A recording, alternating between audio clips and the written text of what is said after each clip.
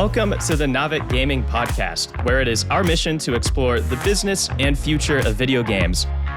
We bring together the industry's brightest builders, investors, and thinkers to keep a pulse on current events, dissect emerging trends in games, share lessons learned, and have a great time.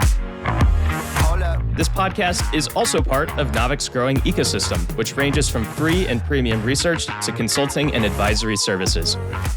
For more information, visit www.naavik.co.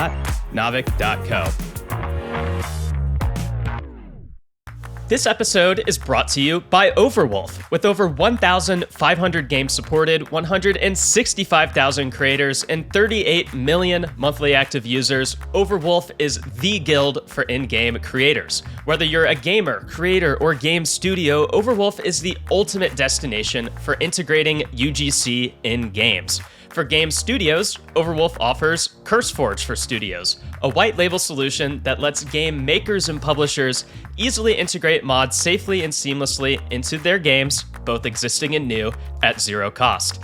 It's battle-tested by AAA studios and games, including Maxis with The Sims 4, Studio Wildcard with Ark, Take-Two Interactive, and others. For creators, Overwolf is the all-in-one platform that enables creators to build, distribute, and monetize in-game apps, mods, and game servers. In 2022, Overwolf paid over $160 million to in-game creators, proving that they truly value the talents and contributions of the gaming community.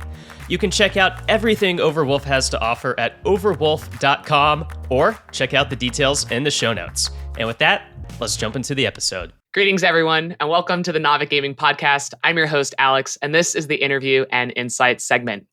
It's our new zeitgeist in games, keywords like generative AI, diffusion models, and an enormous imagination about how the onset of this technology might impact game creation. What will be the first killer use case for the 2020 era of AI? Will it be optimizing production, marketing, or a more transformative shift that fundamentally alters what games are versus simply how they are made? So today we're going to have a really fun brainstorming session with two impressive folks. First, I'm super excited to have my friend Kishen Patel on air. Kishen is a recent graduate of Harvard Business School and a games and consumer angel investor.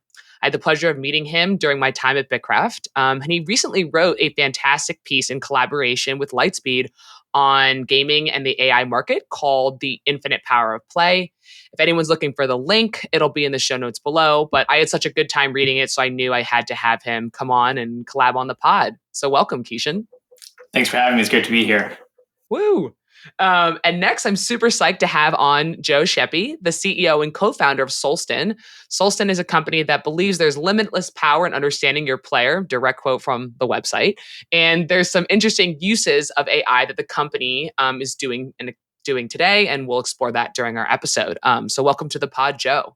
I loved hearing your episode on Deconstructor of Fun. Shout out to those guys. And so I learned a little bit about Solsten. I don't know, you did that episode like a year or two ago, something like that, from you guys. So I'm really excited to see how the studio's evolved and talk about AI. So as mentioned, today's episode is slightly different than some of the others in our Interview and Insights segment. I'm calling this like more of a brainstorming episode, and we're learning at our guests, but we're also talking about something that's rather unknown. So before we deep dive into the session with the use cases and the market of AI, I just introed you guys pretty loosely, but could you guys tell me about yourselves and what you're up to now, and also your favorite sci-fi like episode of a TV or movie or book that deals with AI? Kishen, you go first. Sure. So yeah, like you mentioned at the intro, I'm a consumer and gaming focused angel investor and advisor to startups. A lot of my focus lately, obviously, has been on generative AI and AI broadly, kind of how that's going to be impacting, things like game development, how games are played, who plays them. Really, really excited time to kind of be in the space and excited to talk about it. Favorite movie. So in a past life, I used to be in entertainment, so I have a lot of favorite movies that kind of touch on this topic. Probably, though, I'd say, and maybe an odd choice is probably Wall-E. Awesome movie. I think it touches on kind of something that we're going to be talking about today, the kind of human side of AI, a lot of emotions and the aspects of AI we don't typically think of. We think of like these hyper-rational, almost cold robots ruling our lives, but love Wall-E, kind of a different take, positive take on AI. So I'd say that. That's nice. Awesome. Yeah, I love the robot angle. It definitely contrasts with one of my favorites, which is the Love, Death, and Robots episode with the vacuum. I don't know if anybody has seen that show, but there's a vacuum that basically has an AI. It's like a Roomba, but it like takes over the world.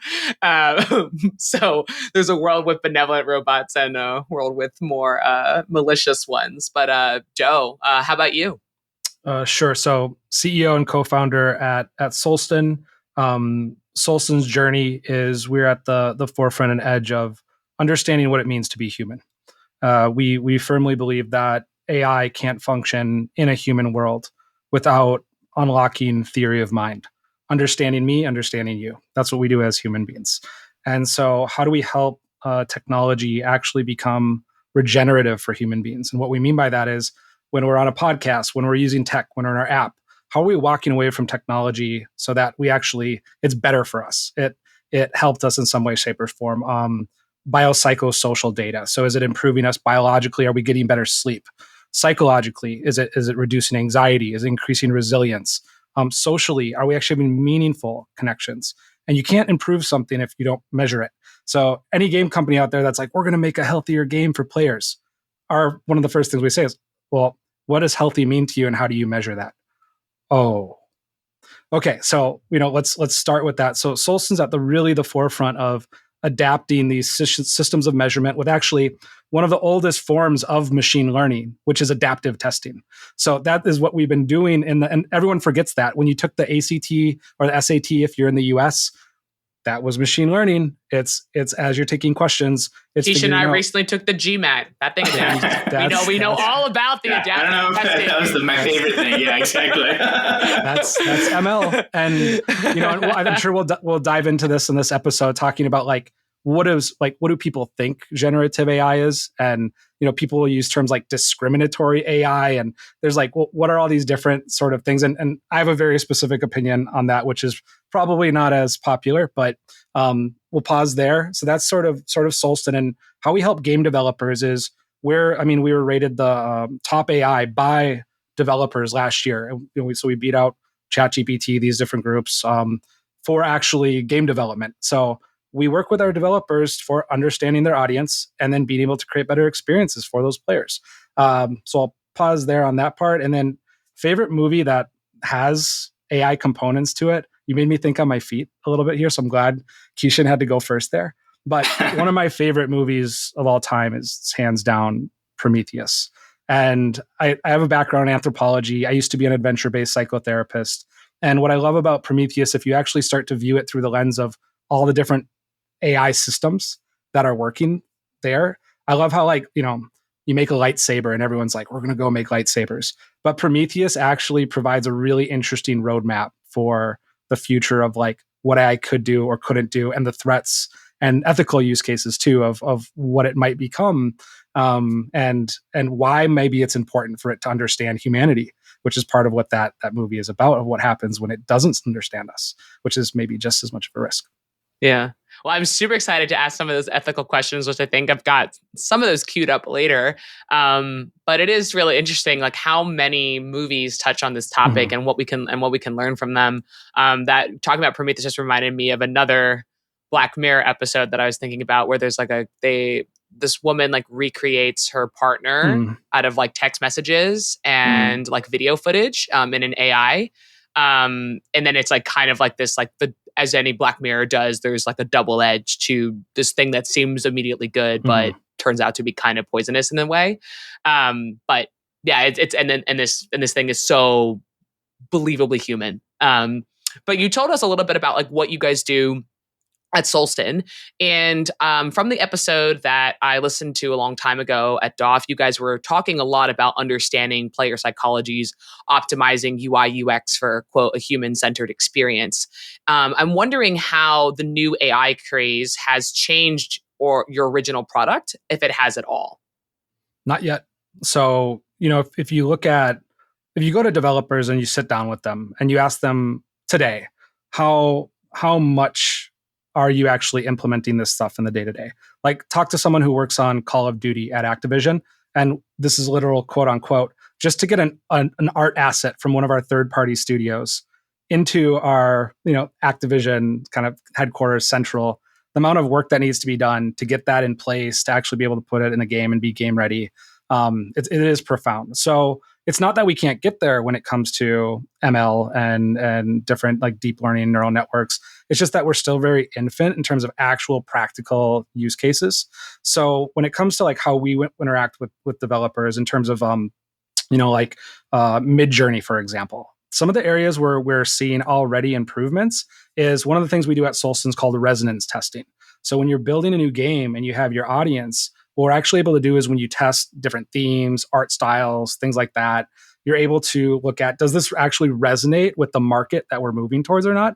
So one of the cool things about Solsten is a lot of games that are getting developed right now, like NFL Rivals is one that just came out recently that use Solsten. It's top in the mobile side of things in terms of the game store. They came to us and go, can we get an audience of people that are into NFL, into crypto, and then all the testing and iterating they do, they can actually see how it's resonating against their audience. So in that case, we have clients using things like Mid-Journey, for example, to say, hey, can I get these 5 different art styles and these different look and feels based off of something that someone originally created? And then we can resonance test those. And that's part of our resonance testing. We have a part of that's ML because we're learning across all the different creators we work with.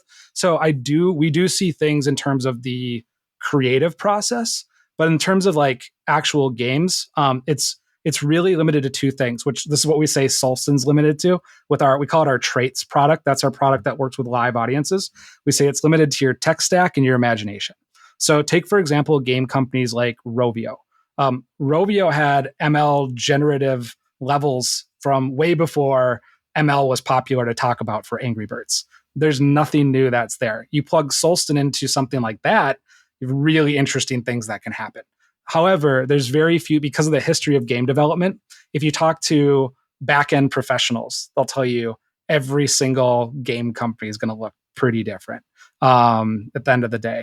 And so game developers are developers. So there's not really the systems in place yet to implement generative, quote unquote, it's not really generative, it's more synthetic, but that's aside. But doing that at scale right now, we're not there yet. I think we'll start to move in that direction in maybe the next 3 to 5 years. But so far, in terms of how we work, we're here to provide that human side. So if you want to plug that in to Solsten, we're ready for that. But in terms of the top game companies out there, it's just, I think most people are trying to fight through still Apple's changes and some of the stuff that has happened there on marketing and how the gaming industry levels out and gets into this new phase. And that's where maybe it's a good transition. I really agree with the piece that you guys wrote and what Kishen and what you guys are talking about with the stuff that we're doing today. The next 3 to 5 years, there's going to be not step shifts. There's going to be a couple monumental shifts that happen, and I think that's going to be really interesting. Got it. And yeah, and you use this word. We've talked about resonance, the testing, but you use this word generative, and then you use synthetic. And maybe Kishen, I'll pawn this one off to you since you're the expert. But like, what are the different techniques that you use? I've heard diffusion, I've heard GAN, I've heard now synthetic. Maybe like walk through how that's a little bit like technically different and what can be accomplished using either different types of models. From my understanding, I thought Mid-Journey was a diffusion based model, if that's correct. But Kishen, why don't you take that away? Yeah. There's a kind of diffusion based models. Like you said, there's GAN models. I think like generally the idea is kind of before the way kind of games are made, maybe in kind of the typical procedural generation that we've seen before in like roguelike games, any kind of map based games. You can kind of make levels, make kind of maps that kind of generate based on certain rule sets. I think here, now in this kind of new world, and kind of to Joe's point, kind of the step change that we're excited about and seeing is kind of this personalized aspect of that procedural generation. So creating levels or whatever that are personalized to the user, and then kind of expanding to categories that up until now you really couldn't do procedurally. So you've seen a lot of narrative-based games. You've seen kind of Latitude has their AI Dungeon. Storycraft is doing kind of a narrative game, Hidden Door. So a lot of those are kind of marrying both the procedurally generated levels with kind of language models to kind of create a really new kind of experience for players. But yeah, I think like the most interesting thing for me has been, you can kind of create new maps and kind of keep the game fresh, but the game is even more fresh when it's personalized to the player. And to getting to kind of some of the stuff Joe has been focusing on, how do you match that to someone's psychology and kind of what they're looking for out of the game? So maybe like mitigating some of like the like what we call like procedural like oatmeal, where like mathematically the map is different, but to the player it feels the Exactly. same. Which is really interesting. And so you're saying that like this new era of AI like levels up procedural generation. Because I think oftentimes that's been a question that I even have. I'm like, well, we've kind of already been generating maps this way for a bit. Is this just making it faster or better?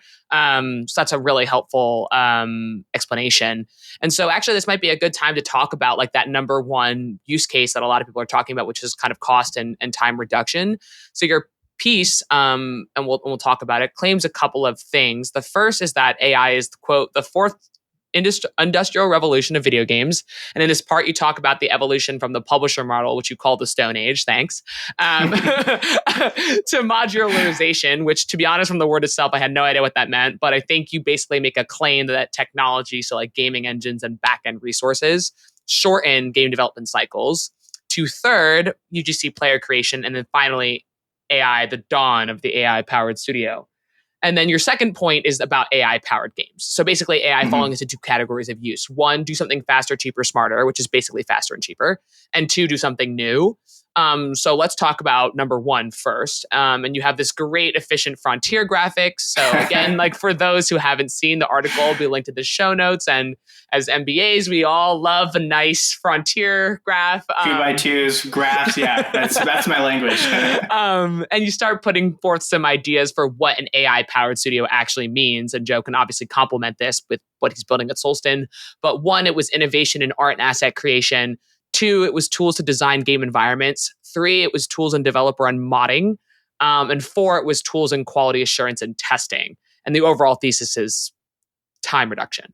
Exactly. And so I want to kind of get a sense of what's actually going down. And maybe Joe, what's your take on this? Like, who are actually using a lot of these tools, and what have there been like significantly successful integrations with these so far? Are we still very much at the ideation phase where none of this is like actually making a daily production impact? Maybe the resonance is actually happening right now, but what about some of the other stuff? Yeah, totally. So I'll kind of step back a little bit, and you kind of touched on some of the broader trends that we were kind of pointed out, and how AI kind of jumps onto those trends. You had in the monolith code bases that big publishers use and still use today. And the biggest example of kind of modularization kind of happening is, the game engine, right? So like publishers used to build their own and still do build their own engines. And then, first with id Software, but then, most famously with Unity, you have people kind of taking that part of the stack out. And then it gives kind of game developers, game designers more time to just focus on the actual gameplay. They're not spending so much time, recreating the physics, wherever else it is. And then on top of that, so if you think of that as kind of closer to just the development side, you have UGC where you have more personalization. So just broadly, even outside of gaming, the idea of UGC is anyone can kind of make something. And by doing that, they're able to find an audience for it. However small or large it might be, you're able to kind of expand, the pool of people that might be interested in the piece of content, object, even a whole game if you're talking about something like Roblox that you're creating.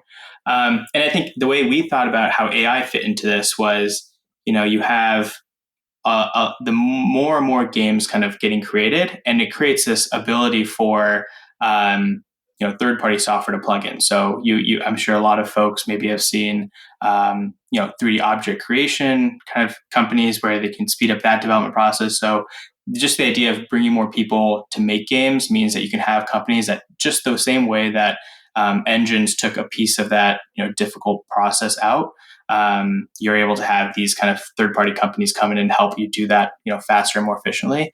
And then also AI is increasing the personalization in games. We're seeing people are able to create objects, not just if you're a high quality designer. You can eventually, we think consumers can be able to kind of make their own objects, use them in games the same way people have been doing for years now with modding, but just making that barrier a lot lower. And in terms of kind of where we are today, I think you're right. We're still very much in the ideation stage.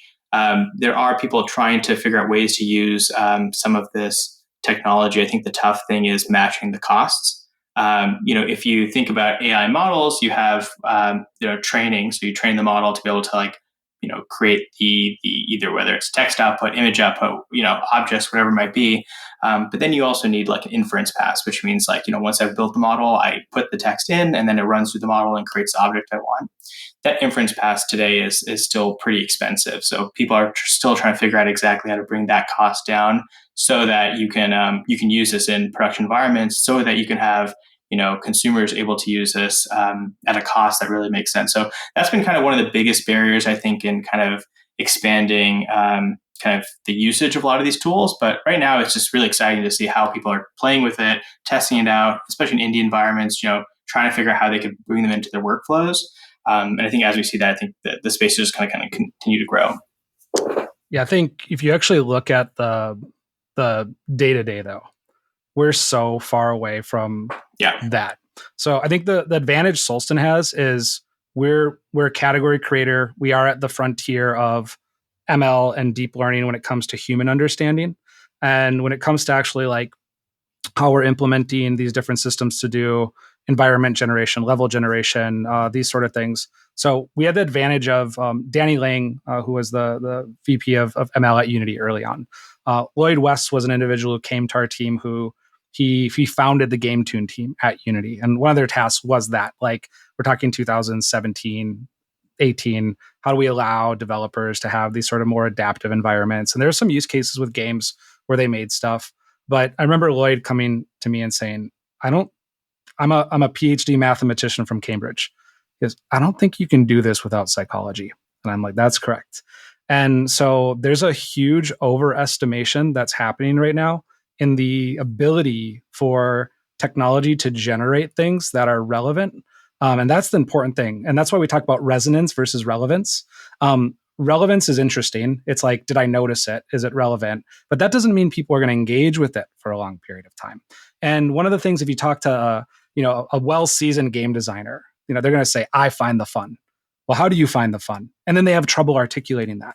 And a lot of that has to do with like theory of mind and hot cognition versus cold cognition. And AI is a cold cognition process. It's very long, robust. There's not an emotional part to it. But why is this so important? And I'll go back to that. So if you think of like, let's talk about ML systems we've been training for a while, like self-driving cars. Well, on the cold cognition perspective, we can get motion capture, video capture. We can understand when a self-driving car should possibly stop based on all previous data. And this is what I mean by AI is not generative. It's synthetic. We synthesize all this previous data. We bring that data together, and then we run a prediction on what that car should do. Well, human beings, we are not just cold cognition beings. We have hot cognition. We have emotions. When people say behavioral economics is great and that people are predictably irrational, false. People are rational when you include cognition. So when you include, hey, there's a kid running across the street for some random reason. Why? Well, an ice cream person, is on the other side. And now the car doesn't know to stop because it didn't have that training use case historically. Well, now maybe it can start to learn to identify ice cream trucks. But in the future, maybe there's different deliveries of ice cream trucks and they look different. And, there's this Taco Bell that serves things, out of, chutes and things like that. But we have new ways of deploying information, technologies, et cetera. And that's one of the problems with kind of this process. So I think we like to think of it in a couple different buckets. There's the creative enablement aspect, what I think is really cool, is people that get good at a lot of these tools can come up with more inspirational facets quicker. So that's if I see what is actually being done today that is improving the game, sort of the game development life cycle. One, it's what we do at Solsten. It's we're able to use ML to better understand audiences than anyone before. So now as a game developer, I know who I'm making this for, and it's not just 45-year-old women or 27-year-old men, Nielsen type data. Two, if I look at where it's being applied and succeeding is with marketing at the moment. It's let's go and generate a bunch of creatives or a bunch of text. And then from there, they'll plug into their Solsten data and say, ooh, like our audience is really high on caring as a value. And they're really high on family. We got all these ideas. Hey, can you generate a bunch of images or text surrounded around the value around caring and family.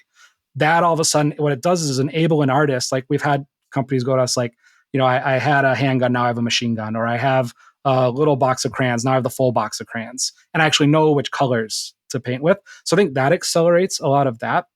But then when it comes to implementation, like Solsten doesn't work with SDKs. Why? When I was at Big Fish Games heading up UX there, if we had third parties come to us and say, we have an SDK, we're like, oh my gosh, this is going to slow down our game. This is going to do all these things. So I actually think there's a lot of work that needs to be done on the engine end to really optimize how we actually sit down with game developers.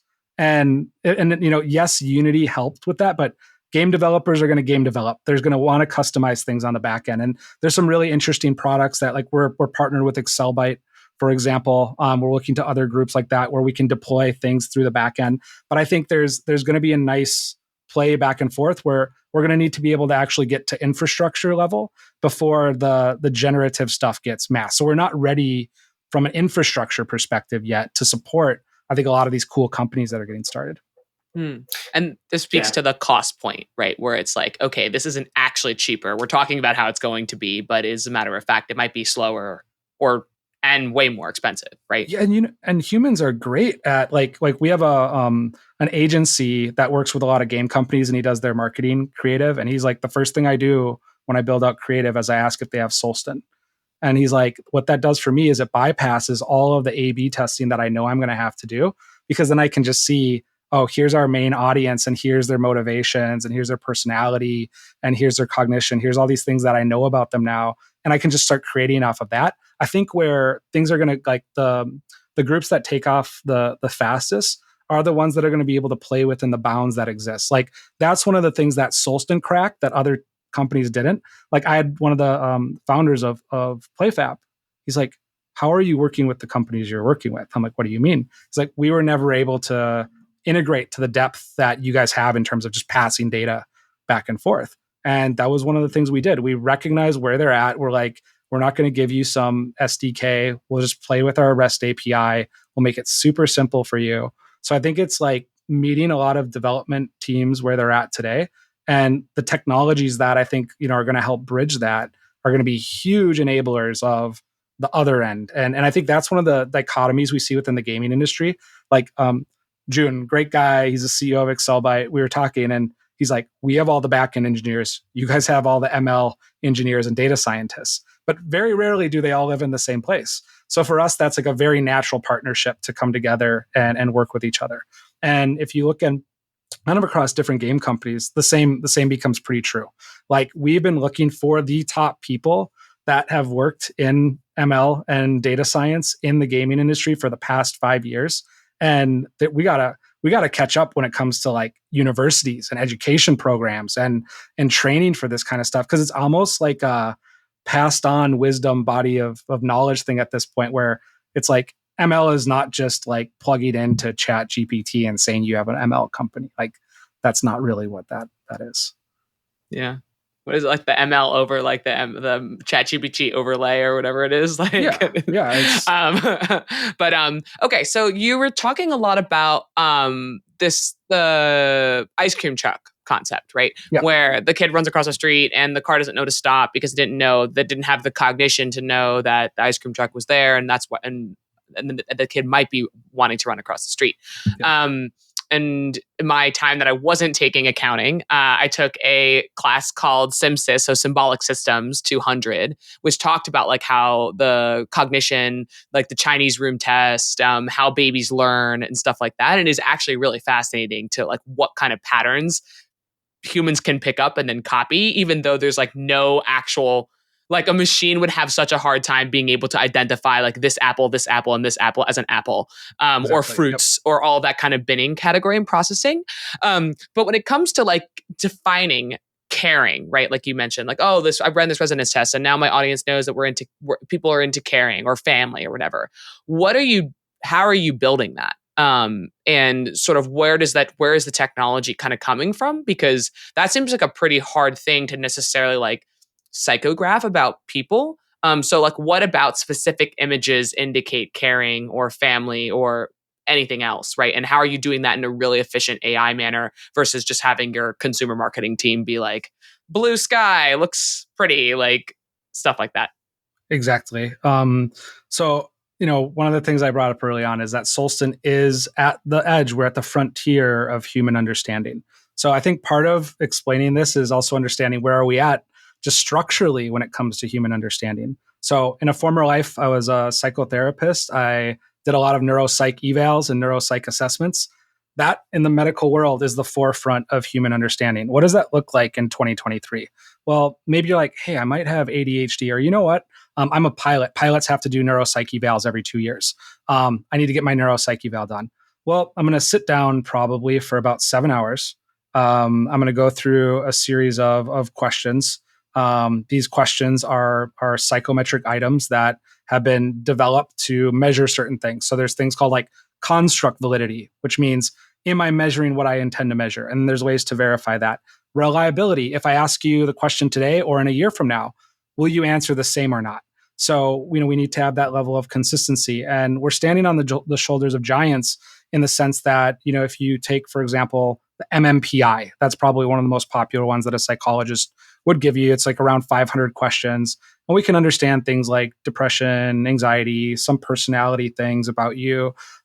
These assessments were broadly built for Western populations, US populations. And so the question that is the best one for measuring, let's say, from a personality perspective, your level of extroversion.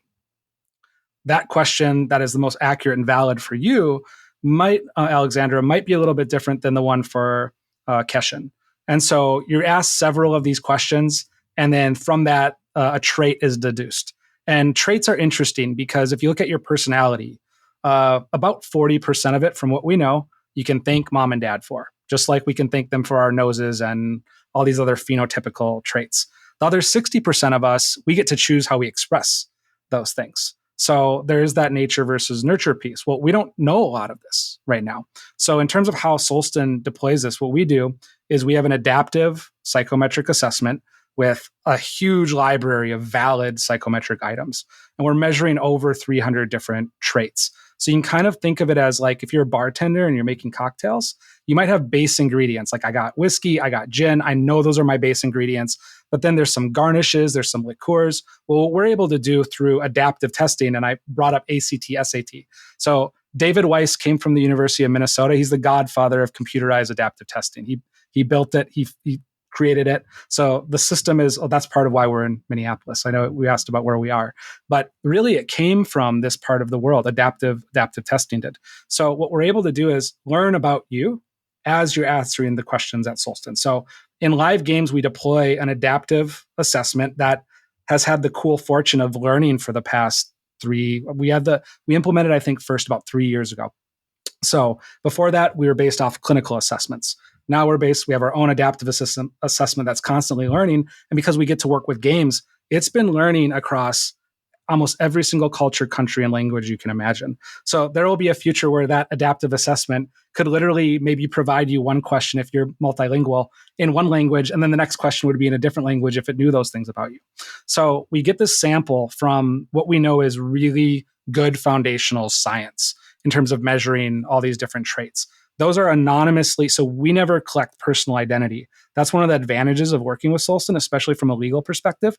You're able to separate sensitive data, which is psychological data, from personally identifiable data. So it de-risks your company as well. So now that we have an encrypted version of the user ID, we have a psychological profile attached to that based on pop up in the game, hey, we want to improve your player experience. What's cool is the assessment also updates itself based on engagement. And so it's wild in terms of we'll get 10% of DAUs basically take this within the first day. So massive, like Solsten by far is the largest psychological database in the world. Like all the alien talk that's going on in governments.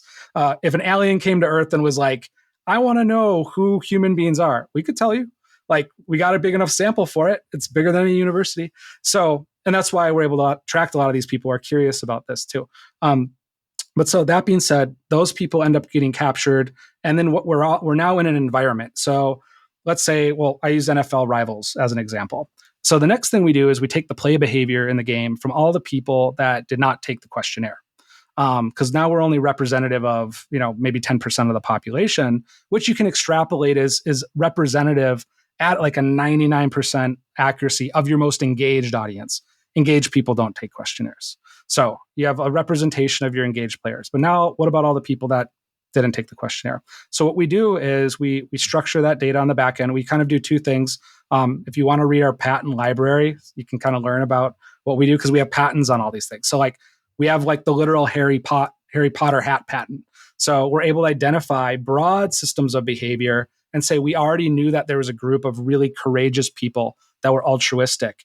Hey, based on these broad systems of behavior, hey, it looks like you're one of them. So you're in Hufflepuff or you're in, Gryffindor. These are not pre-established. They generate based off of the game that we're in. So that's kind of first step is kind of sorting everyone in a game into their house. But then the second step that we're learning, and this is like the wild frontier, the wild, wild west of what it means to be human. What we do is we understand play data and we take that and start to predict psychological traits from play. And one of the reasons why Facebook doesn't really actually know anything about you, much like credit card companies, they know what you bought, they know maybe your interests, but your interests change, your purchase behavior changes. When I'm in Berlin, I think I said this to Kishen in our last conversation, like I'll go eat a kebab. Kebabs are amazing in Berlin. Like I'm in Minneapolis. That behavior is never going to exist for me in Minneapolis in the near future. Like, I just don't see that happening. Like maybe we have great Somalian food and Ethiopian food in Minneapolis. Could go for some of that. But so very, very, very different thing. Behaviors change. But what is cool about play? So I specifically, and I'll stop here, and I've been talking for a bit. I was an adventure-based psychotherapist, and there's this beautiful saying that I love, which is show me how you play, and I'll tell you who you are. When we play, play is fundamental to what it means to be human. I know, Kishen, this was literally in your piece, some of these aspects. It's fundamental to who we are. It's how we learn, and it's where we express our most authentic versions of self. So then Solsten uses this play behavior to predict traits. And in the same way that Google indexed the internet and made it searchable, Solsten's using gameplay, and we're building the cognitive layer of the internet by using this beautiful training environment, which is play. I kind of want to just jump in. I think one of the things that gets me really excited about kind of what Joe's talking about relates to just how I, AI, like, I mentioned kind of the personalization aspects, being able to create games that are specific to players. And I know a lot of kind of listeners might be familiar with like Bartle types. You have like, ways of people approaching games, what they're looking for in a game. And I think like adjusting, and being able to shape what a game is to what the person's trying to get out of the game is really exciting to me. So, like trying to be able to build games that like, if you're, let's say, an achiever, the game is kind of catered to you trying to do that. If you're, a socializer, you really want to meet a lot of people and do a certain, have a certain way of interacting with the game, trying to do that. And I think like, from the games as an industry, that's obviously great because, your player base is just gonna be so much larger for the same game. But just in terms of like people being able to play games and get what they want out of them, kind of to what Joe was touching on earlier is really exciting to me. If I add one more thing on that, because one of the big misunderstandings when we started working with game companies is because people were used to Bartle types. Oh, these are socializers, these are killers, these are, or, some of the early research that was done was all behavior based. So One of the things that was problematic is we were saying we have psychographics on our customers. And then they would tell us, I'm like, well, what are you measuring? What's the psychographics you're measuring? Well, these are completionists and these are not completionists. And I said, well, how are you measuring it? I'm like, oh, you're not measuring it as a personality trait. You're measuring it as a behavior.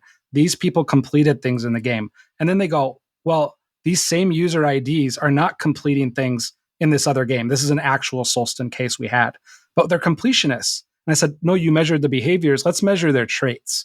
The traits is the parts of their personality that are enduring. So we measured their traits and we saw that specific audience, there was nothing from a trait perspective that indicated that they were really into productivity or completion type psychology. What we saw actually was they were really high on status orientation as a trait.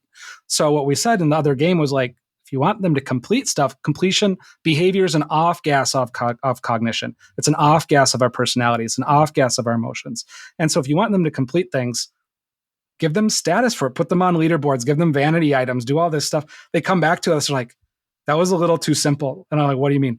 Well, they're completing stuff again. They're completionists again. I'm like, no, they're not completionists again. You think about like AI and training models. I went over this actually with Unity. We were talking about this early on. They said, we're training our bots off of curiosity. I said, well, that's interesting. What do you mean? So, well, all human beings are curious, but we're curious based on who we are. That's the theory of mind. Understanding me, understanding you. And I said, well, some people are curious more about the color blue than about the color green. Some people are more curious about cars, and some people are more curious about boats. So if we just train, purely based off curiosity, if humans were purely curious, we'd all be dead. You need things like what is your perception of risk taking? How high are you on openness? People who are higher on openness are more curious about a lot of different things. So all these different parts that, and I think what we don't realize as human beings, a lot of who we are 4.5 billion years of pre-installed packages that have served. They're incredibly brilliant pre-installed packages. We're not yes, we have mirror neurons. We do imitation learning, but those mirror neurons, it's not just, we're not a blank slate. And if you watch really young children, there's all these cool processes that we run. And one of the things that I love about, I said Prometheus, anthropology, is you actually look at some of our close ancestors, like chimpanzees, for example. 7 million years ago, we had a descendant that's there. And if you look at some of their behaviors, like when they're out in the field and they do something good, they'll give each other high fives. You can see hey, these are part of our lineage for at least 7 million years. These are pre-packaged install things that have meaning. And we can see a chimpanzee give a high five. We don't need a training model to emotionally know what that probably meant. It happens instantaneous. So, there's all this cool stuff that's there in terms of that being said, but that whole piece of what is behavior versus what is psychology, that's so important in terms of, I think, the next generation of how we build experiences. Yeah, and I think that shifted really heavily from the cost and time reduction category of AI to what people are really also excited about, which is this new genre of AI powered game, which could be discerned by designing games for people with specific psychologies who may or may not express that through their behavior or not, and trying to kind of navigate what kind of game you could design for that kind of person. But I think there's another part of the new genre of AI games besides doing psychographic testing on the players themselves, but creating and breathing new life into the games through the form of NPCs, which I think is another big sector of this AI powered market. And World just had their big round, and their whole thing is to create these inner dialogue NPCs that you could just drop into your game and have breathe life into it. And so I have a question that's a little bit maybe I think it's more from the perspective of understanding, but there are plenty of games with incredibly complex NPC systems, like the Nemesis system in Shadow of Mordor, right? And those are incredibly complicated. The dialogue and story trees in games like Hades are require a PhD in math to understand. And so the player experience is amazing. You're like, oh my gosh, this orc remembers that I killed his brother, and I did this horrible bad thing. And behind the scenes, there's all this design logic that's running that took years and was incredibly costly to run. So I'm wondering whether or not a company that's creating these NPCs with AI models is actually cutting out the labor, or is it actually a new tectonic genre of game, right? Because I think basically it seems like it's just making it easier to create really complicated and deep NPCs, but complicated and deep NPCs have been in The Witcher 3 is an incredibly complex NPC system, right? So I guess maybe Kishen, what's your perspective on that, about it being something actually new, or is that a tooling thing? Yeah, no, that's a really great question. I think what someone once said to me, I think it's a good way of thinking about this space, is that a lot of the innovation that happens in gaming happens already within a lot of game studios. People build games. They've created, like you said, really complex and interesting AI systems, and they're not done as a service. So I think the one, just business model wise, that a lot of these companies do, just the same way we talked about, engines being built within games, and then someone does it kind of as a service, that modular aspect we were talking about before, that's an innovation there. And being able to do this as a service, I know Joe mentioned before, things like latency, being able to do it in a way that you can easily plug in, integrate really well, those aren't trivial by any means. But then on a technological basis, shout out InWorld, love Kylan, Ilya, Michael, great team there. And I think what they're doing and what people in that space are kind of focused on is You can have the intelligent NPC, the AI NPC that leverages kind of LLMs to be able to kind of interact with people, but it's a combination of the LLM, what they're actually saying, with the emotions, the way that kind of sound comes out, with facial expressions, like coordinating all of those systems. That's the complexity, and I think that's where you have a lot of value. Where you're right, someone at another studio, kind of building a single game, could do that. But that's super time intensive. It's extremely hard. They're a highly, in-world, they're a highly technical team that's able to deliver something that kind of as a service that's really, really high quality out of the box. And so I think that's really, that's the big difference is, there are technological leaps, obviously, with generative AI. People could build this themselves. And I think what companies like InWorld are doing is making it so that the highest quality can be achieved by anyone from the AAA studio to the indie developer, right. And they can create really cool experiences with it. Yeah, I totally forgot about the voice and the emotion empathy, because yes, you would design the whole system, but then you'd be like, all right, voice actors to the studio, read every line that's possibly possible, and then and localization exactly is the expensive part. Yeah, exactly. Really interesting. And then I think the emotion part is something that I would love to dig a little bit into. And this is I know that we 35 minutes ago, we were talking about ethical questions and stuff like that. And maybe Joe, I'll bounce this to you, but on the website for Solsten, you make a point about about well-being, right? About understanding someone's behavior and someone's psychographics, and to make sure that they are doing well or they're happy with this game, etc. And so let's just bear with me for a second. This is a very hypothetical example, but let's just say there's an NPC AI that's installed in your game that's actually supposed to be there to ensure that your well-being is good, right? And then it somehow figures out that you actually have a mental health disorder, or that you do truly need help based on the way that maybe not the way that you behave, because you just told me there's a big difference between behavior and psychographics, but loosely based on the way that you behave. And then, on the moral level, I guess, let's just say, you're a game company and you kind of find out through your NPCs that this player actually needs help or mental support. What do you think should happen next in that context? Because we're building these games to tailor that experience for those players. But, is it in our best interest to have an NPC recommend, for example, that you go see somebody? Yeah.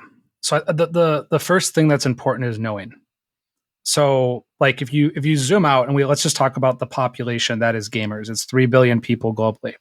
We looked at that data and we said, what are the traits that show up most frequently when it comes to just flat out who these people are? And I think what's interesting is the trait that actually appears most frequently across all games, drumroll, kind of interesting. It's actually high achievement.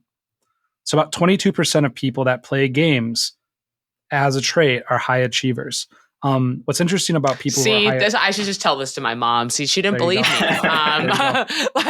My entire life. I was just trying to convince the whole world. See, I love this. Keep going. I like where you're going. I got you, Alexandra. So high achievers. Well, what else is interesting about this group of people?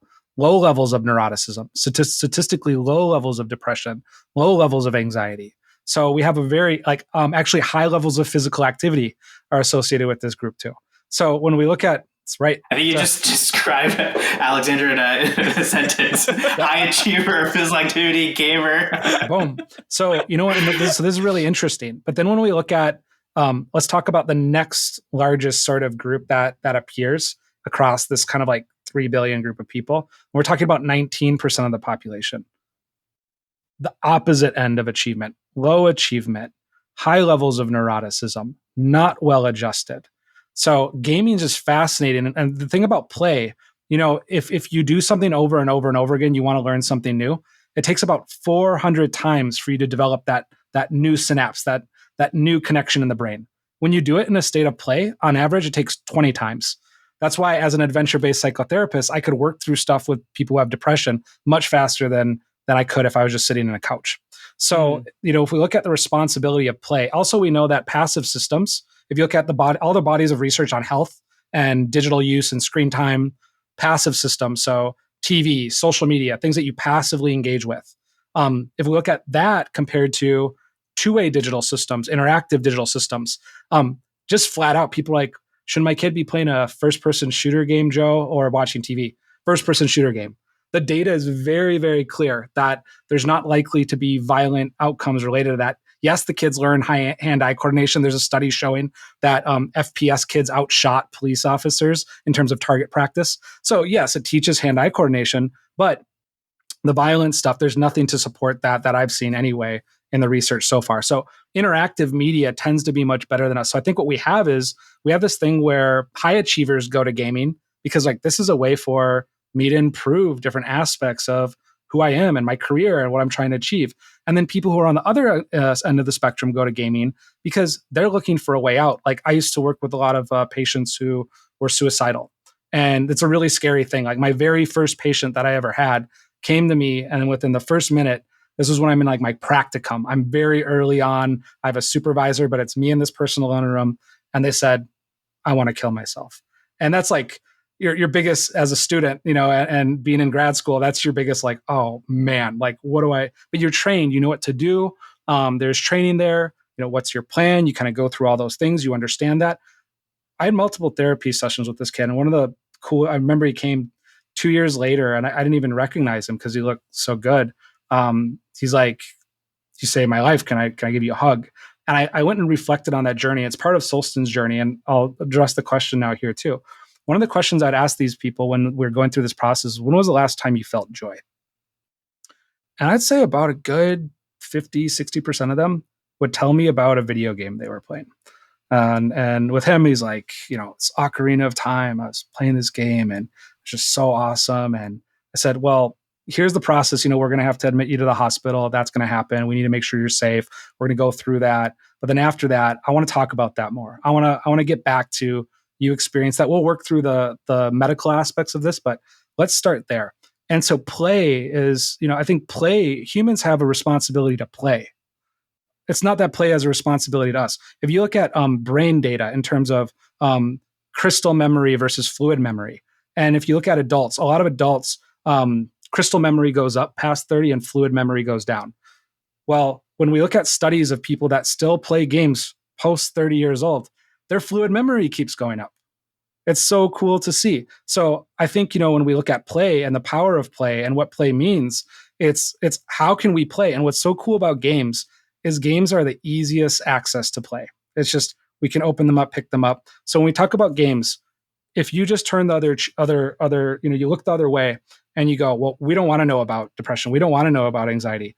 Okay, well then, you're not going to be able to nurture your player to optimal outcomes. You're not going to be able to nurture your audience. The game companies that are the first companies to say, let's look at that. And Google has policies and procedures for all of this, by the way. If you trigger certain search terms, boom, there's a suicide hotline. Here's what to do. So it's not the first time businesses have actually had to go through if this, then that's for all. And there's best practices for all this. So I think, as game developers, given the population data we just laid out and what it's like, I actually think, going that direction, we have casino companies that reach out to us. Hey, we're starting to get regulated for addiction. Can you guys help us measure addiction? We're like, great, we'll do just that. We're not going to help you with creating addiction, but we'll help you with measuring it. Because even gambling companies know that if you reduce addiction, you make more money. Because addictions, people burn out of them and blow out of them. They don't keep engaging over time. You want predictable revenue over time. And so, community, when we think about healthy communities, some of the game companies that said we're focused on mental health and healthy communities have some of the most unhealthy communities. And then if you ask them if they measure it, they'll tell you no, because they don't know how. And that's where Solsten can be a partner. So I think it's creating that and starting to go down that path. And I'm excited I think this all plays into AI and NPCs and communication and what's there. Where do flags happen? And it's not the responsibility of the game company to do anything about it, but I think it's the responsibility of that's a therapist's job. That's a doctor's job. That's not your job. What your job is, just like Google does a pretty good job of, is helping get them to, hey, here's the suicide number. You call this if you need it. It's the first thing that shows up for people who are suicidal if they start going down that path in Google. And if you're Googling for a friend and it comes up, like, so what? It's good to know Google thinks about things like this. We only have a couple minutes left, but I have a little bit of like a can of worms question, but maybe this is do you think people play when they play as who they really are? Or do you think people are playing as someone that they want to be or some sort of other persona? I mean, like, I think I was talking with someone the other day about like using gameplay to like help decide what your credit score should be based on like if you're a good person or not, basically. And I was like, well, I'm not sure. Like, I would want someone to go through my League of Legends chat and like figure out whether or not I should have a good credit score, because like sometimes people behave online in the way that they aren't in the real world. And so I think that's something that makes me slightly nervous about like the idea of like having these kinds of like well-being monitors or AI things that like might assess that, because that might not be who you truly are. But I would wonder what your take is on that. And again, we're coming up on the end of the episode probably, but this could probably be an entire other episode by itself. Yeah. But what do you guys think? Maybe Kishen, you should go because I was talking, but I have the answer to it. Okay, well, maybe I'll go and we'll see if I'm wrong. I personally, I mean, I think I'm with you where I play games as a way of experimenting, like being different parts of me, maybe not like the whole me. Like when I play Civ, I will play domination only. I don't do wonder victories or anything like that. So like the most toxic kind of player. I like to think I'm a nice guy in person. So no, I think we're different parts of ourselves, or we explore different parts of ourselves maybe when we play. But I don't think it's our whole self or only who we are that comes across. We should do psychographic tests. What win condition, what your win condition in Civilization tells you about you. Mine is culture. There you go. Okay. But I think in life I'd be probably more domination. But the culture one is just so nice. You just peacefully off to your own. Hopefully no one bombs you. If they do, you're totally screwed. Raising every city, give me everything. Yeah. I got the answer for it. So we'll jump in from this. So, and this is again some of the confusion between behavior versus traits. So traits are enduring. They don't change on a day-to-day basis. They're enduring parts of who you are. And some of us have more psychological traits than others, and some of our traits are more enduring than other people's. And that's a whole scientific topic we can go down. But the reality is, so in life, we have these things called histrionics. They're all the masks that we wear. And when you're on a podcast, you're socially regulated. If you're a second culture kid, you know how to culturally work through your primary culture versus your secondary culture, as an example. And your personality might change differently based on that. Why games and play are so powerful is it's who we are when no one is looking. And so given that, what we're actually doing, we're measuring traits, and then we're learning for one person how you play Civilization might not be. So Kishen. This isn't looking good for me. Well, here's the thing, Kishen. In one game, and so we see this data. For one person, it might have nothing to do with who you are. You know, it might be not really indicative. But for other people, it very well could be. I think I just outed myself. You did. A little bit, but it's a part of you. And the thing about games, because games are not, we know that games are structured play with rules. So because it's not an open world environment, it also doesn't allow you for the full expression of yourself either. So games can bring out who we are within a specific context, and that's part of why we measure things across different systems. So the reality is, show me how you play and tell me who you are. Like, you can get a very, very good idea of why is that person super dominant and aggressive in that type of game. I'm sorry, but that's a part of who they are. There's two things when you look at play in therapy. There's been research on like doing drunk assessment, for example, because you get parts of the brain to shut down and you get a more accurate view. Like, my uncle's he's an angry drunk when he drinks whiskey. No, your uncle's got anger issues that are repressed societally, and when uninhibited, we get to see parts of who he is. And so, humans are poor observers of our own cognition. We're not very good at it. We're poor observers of each other's cognition. Therefore, we need ways to assess who we are. And then, if we're talking about machines, interact with machines appropriately based on that. And so, the answer is you can learn so much about yourself through how you play and play in different environments. All right. Well, Kishen, I think you have a lot to think about. Yeah, my therapy appointment's going to be great tomorrow. Guys, I absolutely loved brainstorming with you, but we're going to call it. Thanks for coming on and sharing all of your thoughts on the potential use cases for AI in games, that being either on the cost and production side or this new generation of AI-powered games that we have yet to see. To our friends in the audience that might be interested in getting in touch with y'all for any reason, how can they reach you? Joe, how about we start with you? Solsten.io, Solsten. So we have a form on there. Feel free to reach out. You can connect with me on LinkedIn too, if that's interesting. Yep, LinkedIn's great with me. Twitter too. I'm Kishen.Patel. Kishen like a quiche, like the food. And same with Threads if people are still using that. Awesome.